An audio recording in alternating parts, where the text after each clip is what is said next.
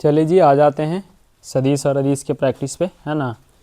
पिछला पार्ट 1 में आप सदिश और अदिश की परिभाषा वगैरह सब देख लिए होंगे, तो सदिश और अदिश के प्रैक्टिस पे आ जाते हैं।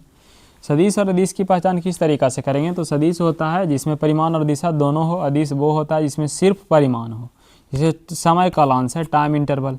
अदिश राशि होगा क्योंकि इसमें दिशा से मतलब नहीं है। 20 मीटर प्रति सेकंड स्क्वायर यानी वेग में परिवर्तन की दर का, कि त्वरण है, तो त्वरण क्या होता है? सदिश राशि होता है। क्या होता है? सदिश। क्यों? क्योंकि वेग सदिश है, वेग क्या हो जाएगा? सदिश है। बल क्या होता है? बल में दिशा बिल्कुल होता है, तो सदिश होगा। 40 डिग्री दिशा परिमाण, तो परिमाण क्या होता है? अदिश होगा। 20 कूलाम अदिश हो जाएगा। क्या हो जाएगा? अदिश हो जाएगा। 20 मीटर उत्तर पश्चिम, मतलब 20 मीटर परिणाम भी हो गया और दिशा भी है, तो सदिश हो जाएगा, साफ दिख रहा है। कार, क्या? कार अदिश राशि होगा। वर्क, उसमें कोई दिशा नहीं होती है। दूरी, डिस्टेंस में कोई दूरी नहीं होती है, तो ये क्या हो जाएगा?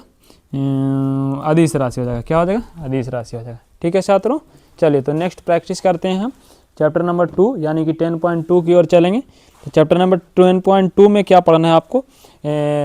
मतलब कि सदिश का योग, घटाव, गुणनफल, कुछ इसी तरीक़ा से पढ़ना है। तो देखते हैं, 1-2 क्वेश्चन उससे भी कर लेते हैं ताकि हमें फ़ायदा हो जाए किस तरीक़ा से एग्ज़ाम में आएगा और कैसे हमको बनाना है ना। योग वाला प्रश्न किए थे कल, आज समान वाला कर लेते हैं। समान कैसे करते हैं? जैसे कोई वेक्टर ए है, कोई वेक्टर ए है, तो कोई वेक्टर ए जो है वो किस तरीक़ा से रहेगा? कोई वेक्टर ए है जो किस तरीक़ा से रहता है? मान लो 2i + 3j है। क्या है? 2i + 3j है कैप में। और बी वेक्टर जो है वो इस तरीक़ा से दिया है, xi + yj। आपसे बोलेगा x और y के मान क्या है? x = वाट एंड y = वाट। तो आप कैसे बनाएंगे? तो कल मैंने बताया था कि अगर दो सदिश एक दूसरे के समान हो, तो उसको i को तुलना करेंगे i से, मतलब वेक्टर a बराबर होगा यदि वेक्टर b को, तो 2i + 2j कैप, सॉरी 3 है ना, 3j कैप बराबर होगा xi cap + yj cap. Okay, हाँ। तो i के गुणनफल में x है, i के गुणनफल में 2 है, तो x को तुलना करेंगे 2 से, तो x का मान 2 हो जाएगा। j के गुणनफल में 3 है, तो यहाँ j के गुणनफल में y है, तो y का मान 3 हो जाएगा। कुछ इस तरीक़ा से एक दूसरे के समान वेक्टर हम करेंगे, तो x का मान 2 हो जाएगा, y का मान 3 हो जाएगा। समझ में आया छात्रों? कोनो दिक्कत है? चलिए, तो इसी तरीक़ा से कुछ और प्रश्न को हम लाते हैं, उसको प्रैक्टिस करते हैं। ठीक है, देखिए किस तरीक़ा से हम जो है डायरेक्शन रेशियो, डायरेक्शन कोसाइन निकालते हैं। एक सदिश लेते हैं i + 2j + 3k, vector a बराबर i + 2j + 3k। अब इसमें क्या निकालते हैं हम? Direction ratio, RATIO, direction ratio and direction cosine. Direction cosine पूछता है, डायरेक्शन रेशियो पूछता है, तो किस तरीक़ा से हम डायरेक्शन रेशियो, डायरेक्शन कोसाइन लिख सकते हैं, ला सकते हैं। बताए थे कल पिछले वाले क्लास में पार्ट 1 में कि डायरेक्शन रेशियो वह होता है जो किसी साधारण सदिश से i, j और k का गुणनफल लिखा होता है। तो i के गुना में 1, j के गुना में 2, k के गुना में 3, तो आंसर हो गया 1, 2, 3 direction ratio. Okay, direction cosine कैसे निकाला जाता है? तो उसी डायरेक्शन कोसाइन को, उसी डायरेक्शन रेशियो को डायरेक्शन कोसाइन बनाने के लिए हम क्या करते हैं कि पहले यूनिट वेक्टर बनाते हैं। अब बात रहा कि किसी भी वेक्टर को यूनिट वेक्टर बनाते कैसे हैं। किसी भी सदिश को उसके मॉड से भाग देने पर वो यूनिट वेक्टर में बदल जाता है। किसमें बदल जाता है? यूनिट वेक्टर में बदल जाता है। तो पहले इसको यूनिट वेक्टर बना लो, इसके लिए मॉड की ज़रूरत पड़ेगी, बना लो। मॉड कैसे निकालते हैं? i, j और k के गुणनफल के स्क्वायर के योग के वर्गमूल, तो 1 के स्क्वायर + 2 के स्क्वायर + 3 के स्क्वायर।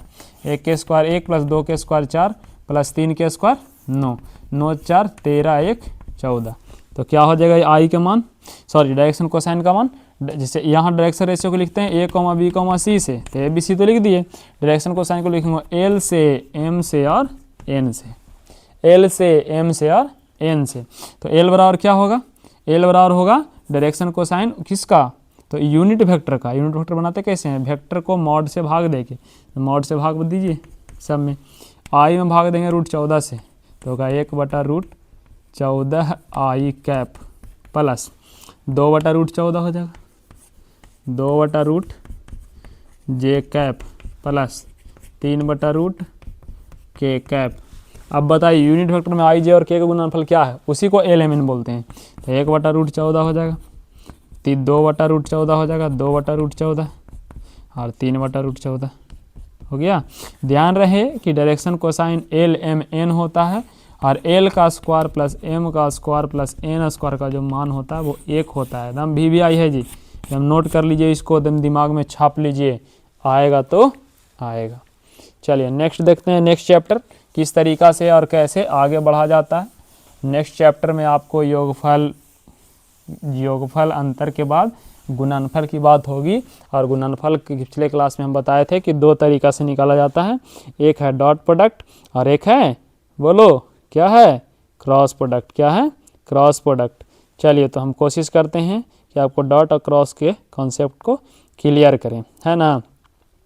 चलिए जैसे वेक्टर ए का मॉड है √3, वेक्टर बी का मॉड है 2, बी का मॉड है 2। उसके बाद ए डॉट बी दिया है √6, ए डॉट बी दिया है √6, आपसे बोल रहा है ए कॉमा बी के बीच का कोण निकालें। क्या निकालें, कोण बराबर भाट। तो किस तरीक़ा से कोण निकालेंगे आप ध्यान से समझेंगे, ठीक है। तो पिछले क्लास में बताए थे अगर डॉट प्रोडक्ट दिया हो तो cos थीटा बराबर लगाइए। cos थीटा और क्या होता है बोलो, ए डॉट बी बटा में mod A into mod B. A dot B क्या होता है बोगा, कर लो, दिल्ले तो है भाई साहब √6, मॉड ए √3, मॉड बी 2, इससे वाला काटेंगे √2, काटेंगे एक √2 ऊपर में 1, cos थीटा का मान आया बउआ 1/√2। तो आप खुद सोच लो कि थीटा का मान होगा 45 डिग्री। कितना डिग्री हो जाएगा, 45 डिग्री। समझ में आया छात्रों, कोई दिक्कत है, अगर कोई दिक्कत है तो आप हमसे शेयर कर सकते हैं, कोई दिक्कत है तो आप हमसे शेयर कर सकते हैं। एक क्वेश्चन एग्जाम में पूछता है जी, प्रोजेक्शन ऑफ वेक्टर बी, मतलब वेक्टर बी का प्रक्षेप, वेक्टर ए पर वेक्टर बी का प्रक्षेप। तो देखते हैं किस तरीक़ा से आता है। जैसे क्वेश्चन हम लेते हैं, i प्लस जे पर i माइनस जे का प्रक्षेप। तो यहाँ एक कंडीशन होता है कि यदि वेक्टर ए पर वेक्टर बी का प्रक्षेप रहे, प्रोजेक्शन, तो प्रक्षेप बराबर सूत्र क्या होता है, तो प्रक्षेप बराबर होता है ए डॉट बी बटा मॉड ए। जिस पर प्रक्षेप रहेगा उसका मॉड नीचे, बाकी ऊपर ए डॉट बी। किस पर है, इस पर प्रक्षेप है तो इसका मॉड निकाल लीजिए, 1 के स्क्वायर 1 + 1 बराबर √2। ए डॉट बी निकाल लीजिए, 1 × 1 1 माइनस 1 × 1 1 बराबर 0। प्रक्षेप कैसे निकलेगा, तो प्रक्षेप बराबर ए डॉट बी बटा mod A, that equal to 0 बटा √2, दैट इक्वल टू 0। आंसर समझ में आया। एक क्वेश्चन आएगा 2 नंबर में, ध्यान दीजिएगा, क्वेश्चन आएगा तो बना के आना है, छोड़ के नहीं आना है। जब भी जाना है तो क्लियर करके आंसर ले करके आना है, बिना आंसर लाए आप वापस मत आना, नहीं तो पिटाओगे। चलो तो नेक्स्ट देखते हैं, प्रक्षेप हो गया, डॉट प्रोडक्ट हो गया। अब आते हैं क्रॉस प्रोडक्ट में। किस में, क्रॉस प्रोडक्ट में। क्रॉस प्रोडक्ट जो है सारणिक विधि से ज्ञात किया जाता है। ऐसे हम बताए थे पिछला क्लास में, क्रॉस प्रोडक्ट निकालने के लिए आपको सारणिक विधि का इस्तेमाल करना पड़ता है। ऐसे एक क्वेश्चन लेते हैं और फिर से आपको समझाने का प्रयत्न करते हैं। पहला क्वेश्चन है, वेक्टर ए बराबर i माइनस 7j प्लस के, और वेक्टर बी बराबर है, b बराबर है 3i minus 2j plus 2k, 3i minus 2j plus 2k, यहाँ 7k है जी, ठीक है। अब हमारा क्वेश्चन क्या है कि a क्रॉस b का मॉड बताइए क्या होगा। तो मॉड तो बाद में निकालेंगे, पहले क्रॉस निकाल लो। क्रॉस निकालने के लिए i j और k लिखेंगे पहला में, दूसरा में i j और k के गुणनफल 1 माइनस 7 और 7, 3 माइनस 2 और 2। चलिए तो i पे खड़ा होंगे बउआ तो ये कट जाएगा, 7 दूना minus 14, minus minus plus 14, minus j पर खड़ा होंगे तो ई कट जाएगा, जी ब्लॉक बचेगा तो हो जाएगा 2 और माइनस 7 हो जाएगा 21। फिर बीच में प्लस के होगा, ये कट जाएगा, ये कट जाएगा, ये दोनों बचेगा, यहाँ हो जाएगा -2 और यहाँ हो जाएगा माइनस माइनस प्लस 7 या 21। चलो तो ये वाला हो जाएगा 0 आई तो 0 छोड़ दो, लीजिए लिखो -19 माइनस माइनस प्लस तो 19J और यहाँ हो गया 19K प्लस 19K। चलिए इसका मॉड निकालिए ना, A क्रॉस B के मॉड ना पूछ रहा था, तो A क्रॉस B का मॉड बराबर होगा √19K² प्लस 19K², मतलब 2 गो 19K², 19K² गुना 2 तो 19√2 हो गया आंसर। उतना मात्रक भी आप इतना मात्रक भी लिख सकते हैं, कोई दिक्कत नहीं है। चलिए छात्रों देखते हैं तो नेक्स्ट क्वेश्चन आपको प्रैक्टिस करवाते हैं 1-2 क्वेश्चन, ताकि एग्ज़ाम में क्रॉस मल्टीप्लिकेशन का कोई भी क्वेश्चन छूटे सॉरी छूटे ना, है ना।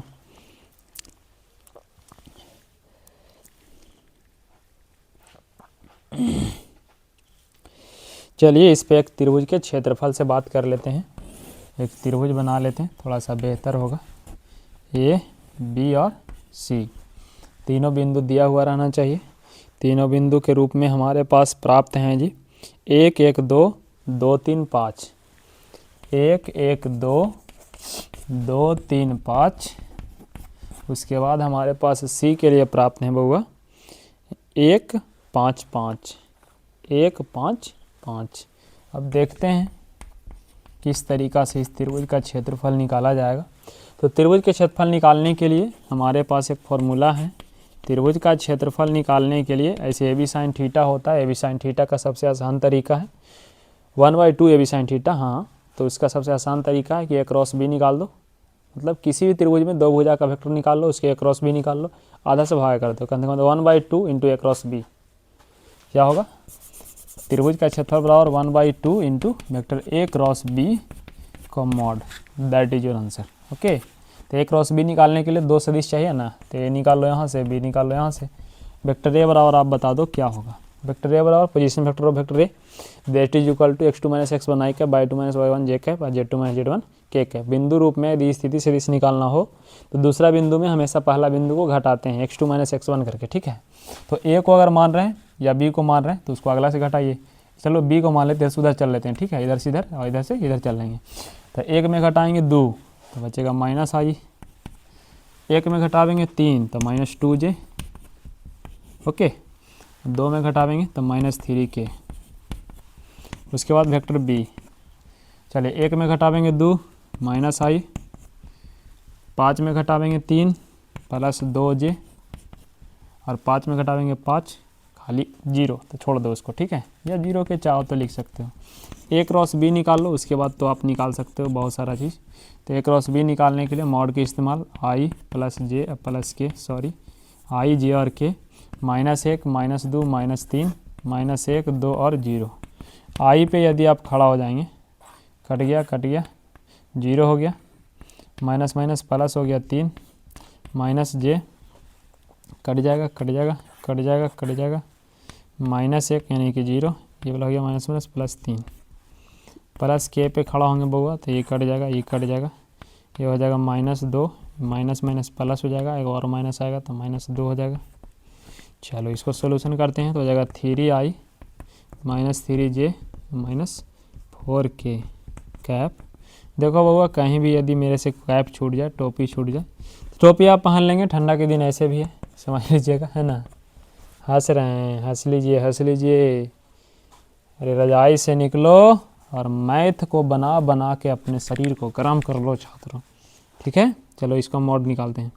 A क्रॉस B का मॉड क्या होगा, √3 के स्क्वायर 9 प्लस 3 के स्क्वायर 9 प्लस 4 के स्क्वायर 16, 16 9 25 और 25 9 34। यह क्या आया, A क्रॉस B का मॉड आया। आगे 1/2 भी था तो 1/2 √34 हो जाएगा आंसर। इतना वर्ग मात्रक,